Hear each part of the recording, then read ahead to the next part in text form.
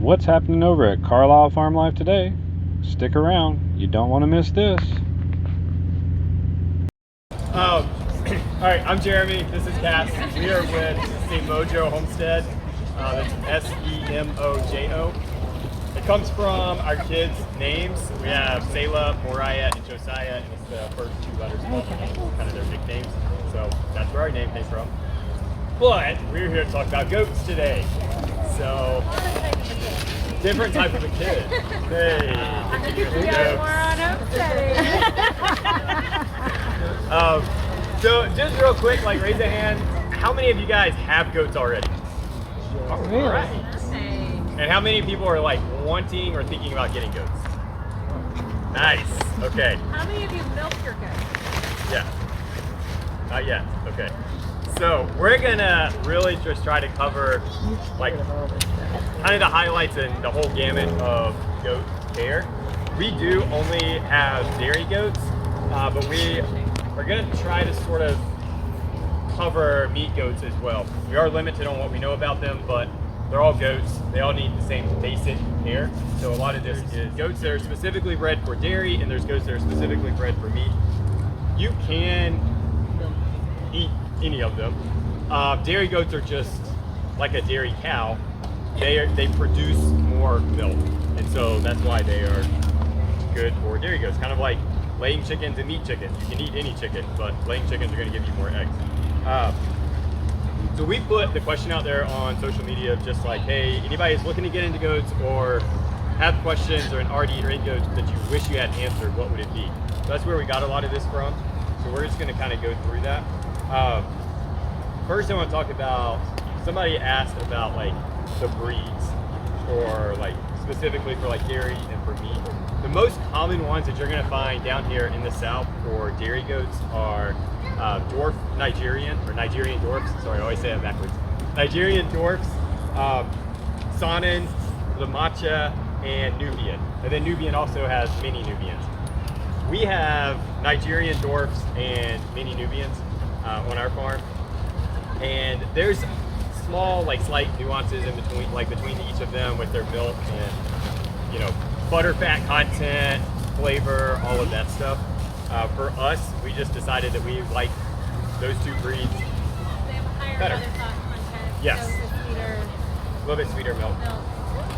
But definitely that's one thing you want to consider if you're thinking about getting dairy goats, is look at the breeds and look at kind of their milk quality, Yeah. if you will. The bigger the goat, the more milk you're going to get out of them. So we have two of the smaller ones, so we don't get as much milk out of them, but they also require less space. So that was kind of our thinking and what drove our decision on getting those. The meat goats, the most common ones around here are boar goats. That is like your top popular meat goat. Pico, which I know nothing about, and then Saanen. So Saanen doubles as a dairy breed and a meat breed. Meat breeds typically will grow a little bit faster in most animals as well. So that kind of covers that part of it. Fencing is the next thing I want to talk about, because I think this is the big thing with goats is like fencing. How do I contain my goat? Goats have this reputation of being great escape artists. And I would argue that it's not so much that they want to get out always, but they're just very intelligent and they will watch the way you come in and out of their pen. And if they can figure out a latch, or if they can undo a latch, they will figure out how to do it and get out. And so you really want to think about like how you're entering and exiting your pen. The way we have it set up is it's actually a double door system. So we go into our milk house, we can close that door, and then enter into the pen. So they can't get out when we're trying to get in. The other thing that I think is really important is make sure your goats have enough room. From what I've seen and from what I understand, bored goats are bad goats. With any animal, any kid, any adult, that's the case. You know, like boredom creates bad behavior. And so if you're trying to contain them in a smaller area, the goat's going to get bored and want to get out. It also has to do with food, but if you're giving them hay, they should always have food there. But that would be another key reason why people have a hard time keeping them contained. Ours are in a pretty big area. I'm not real sure the square footage. Probably from those trees all the way down to the road, and a little bit wider than the area well, definitely wider than the area we're in. So it's not a ton of room, but it's enough for them to move around throughout the day and feel like they're in a different area. And we have never had a problem with them trying to get out. The only time they've gotten out is when we forgot to lock the door. They knew there was grain in the milk house. So they left, yeah. Fencing is also just as important for keeping predators out. So you want to keep your goats in and predators out. Goats are really high prey animals. You got a lot of things that like to try to get to goats. Does anybody know the number one predator? Coyote. Domesticated dog. Yes. What? Not coyotes. You'll have problems with coyotes if you have them in the area, but domesticated dogs are the number one killer of goats. So hopefully you don't have neighbors' dogs roaming around off the leash, uncontained. We had an issue, thankfully did not get into our goats, but did try to get into the pen. So fencing is really important for that. So what we use is like the build fencing. You run them just on electric though, is that what I'm saying? Can you train them on electric? I've heard if you get young goats and they get used to it, you can train them, but older goats, not so much. That's a good question. I have not looked into it enough. I have so many predators. Well, I do know that a lot of people use just that fencing that is electric. Right. You know, and they move them around. And I think that you can do that. You do this? Okay, yeah. Yeah, we have electric netting for our goats. And we have Netting? full-size Nubians. Okay. Okay. And they do fine. It is 4-foot tall electric netting for marijuana. Is what we run. Yeah. Okay. Thanks. And goats, I mean, they'll jump and stuff, but we've never had a problem with them like leaping over fencing. No, that's not to say that that's never the case. We're talking from our experience. Our mini Nubian, she's a big mini Nubian. She'll like climb up on the fence and try to reach over to eat leaves that are on the other side, but she's never tried to like climb out or anything That'd like be that. a lot, you know, tonight. She's a big girl. She's a big girl. Pasture rotation was another thing that came up. We actually have our goats in the woods, so we don't have them on pasture. If you want to do them, or you're going to do them on pasture, the biggest thing with it is you want to make sure you have enough pasture where if that's what their food source is, so you're expecting them to graze, that they will never eat the entire pasture all the way down. So that may mean that you have to pasture rotate. So if you've got a smaller area, like, I don't know, an acre or something, you may want to consider sectioning that off and just moving them every few days. If you've got a wide open space, the grass is going to grow fast enough where that's not going to be an issue. The reason you don't want them to eat it all the way down is because goats are grazers, but they don't like to eat close to the ground, but they will if they're forced to. Goats are also notorious for parasites and stuff like that. Goats are always going to have a parasite load. You just don't want to, you want to control it and not let it spike. But if you have them on pasture where the grass can't keep up with how fast they're eating it, and they're having to eat it like low grass, then that's when you're going to end up with parasite issues, because now they're eating down at the same level that their poop is, and they're just going to continue to ingest parasites and build up a high parasite load. If you keep the grass high, you keep them from eating right down on the ground with their poop. Their poop's going to be able to be low enough, and because they're going to eat the tops of it. They're not going to try to eat all the way down to the ground. So definitely something you want to think about. As I said, we don't have pasture, so what we do is we just feed them hay. The hay feeder's up. You want to make sure you keep kind of the area underneath it clean. Chances are they're probably not going to eat it off the ground unless you have a goat that's like the bottom of the ranking order and isn't allowed to eat, which we do have one like that, so we really got to keep an eye on her. That would be the only time they would eat it directly off the ground. But as far as food goes, you want to make sure they have grass or hay pretty much available to them all the time. That's their main diet. That's what they're going to be eating on, and they will be able to regulate themselves on that. Now, if you're using, I don't know about, this is the area I don't know about meat goats. I know dairy goats, we do give ours grain just because it helps to up the milk supply. You cannot give them grain. You cannot give them free access to grain. Goats will literally eat themselves to death on grain. So they get grain only when they go on the milk stand. It's kind of a reward for like being good, sitting there, letting us milk them out, you know, that stuff. The amount, I mean, you'll find a bunch of different answers for that.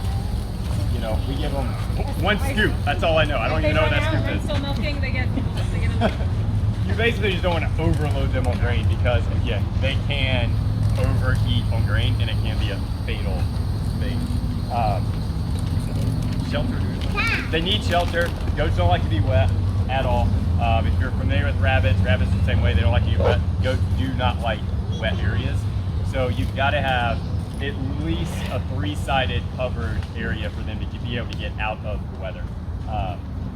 And I mean, at bare minimum, you know, that's enough. It doesn't have to be anything fancy. We do ours off the ground just because that's how GoatDaddy does it, because that's how other countries do it. They have high predators, loads.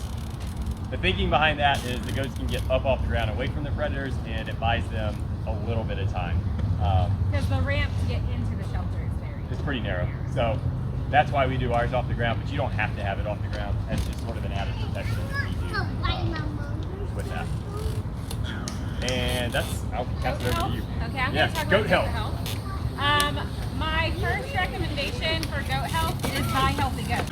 Like he said, all goats are going to have a parasite load. You want it to be under 300. That's something your vet can tell you. If you want to get a microscope and look at goat poop under there, you can do that too and count the parasites. But I just let our vet do it. But we started with healthy goats because we used raw milk. We invested in healthy goats, and then I learned the signs of an unhealthy goat. If a goat has a nice shiny coat, their eyes look good, they're eating well, and they're going to the bathroom well, they are healthy. And if they start dropping weight quickly, you need to get a vet out quickly, because goats, when they get sick, it declines very quickly, and you can lose a goat in just a couple of days. We've learned that, speaking of hard more way. on homesteading. Yeah. That would be a big mistake. The first year we kidded, we lost, not all at the same time, but A lot. out of all those, I think we lost 4 or 5 to Coccidia.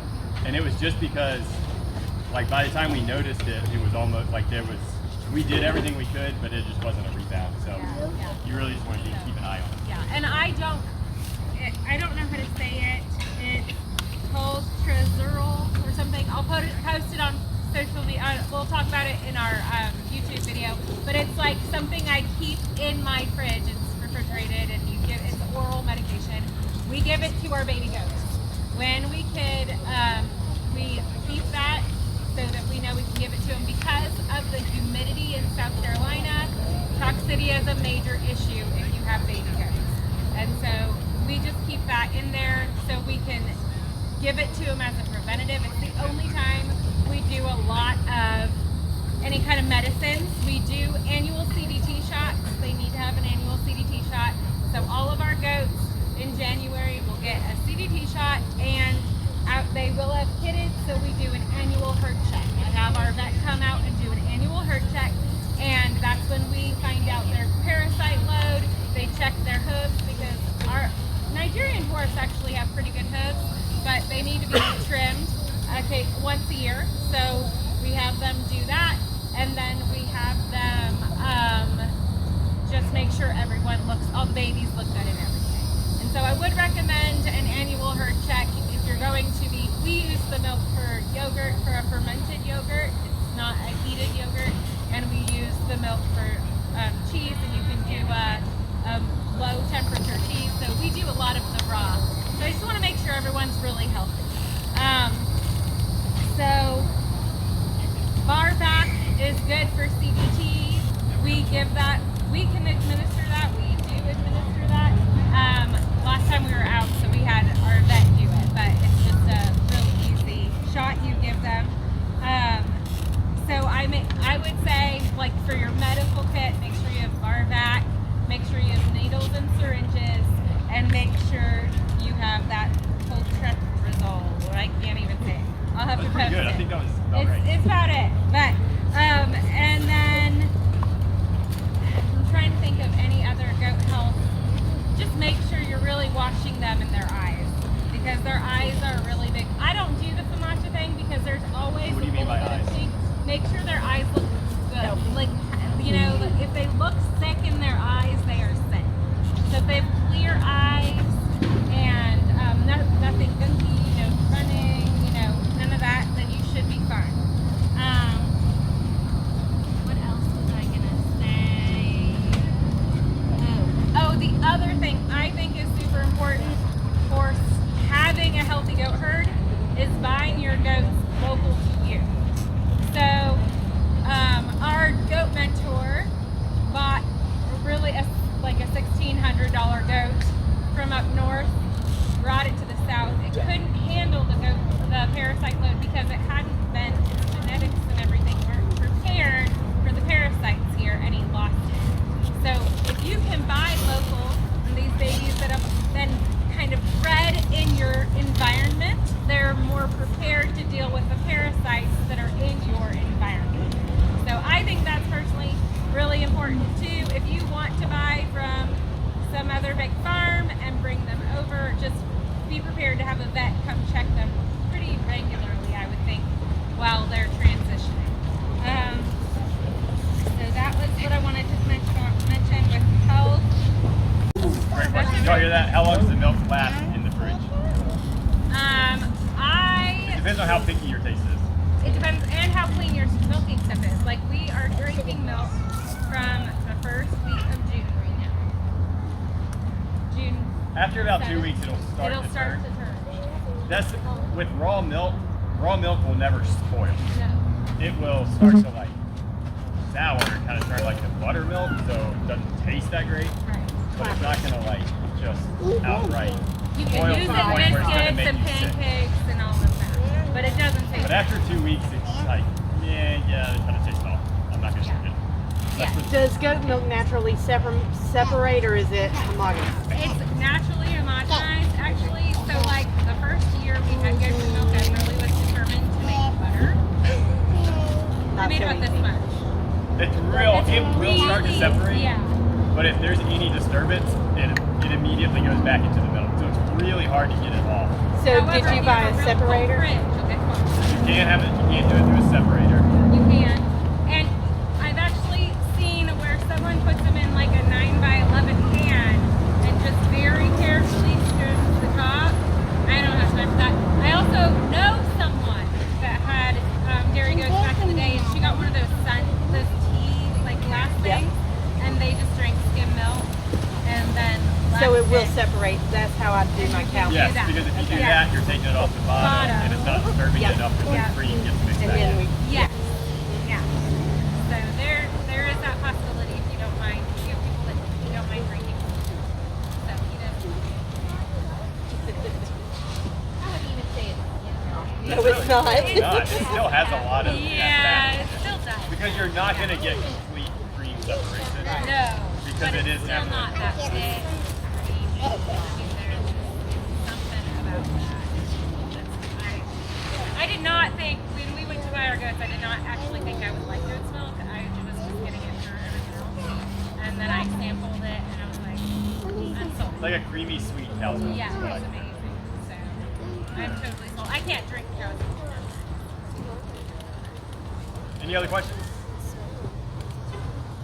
Thank you guys. Oh. So they go in heat once a month as well. But you can actually go 2 years if you have a good You have a good one. milker. You can go 2 years without breeding and still milk them. Okay. Oh, okay. They are hard to find. We'll have some next year. But no, they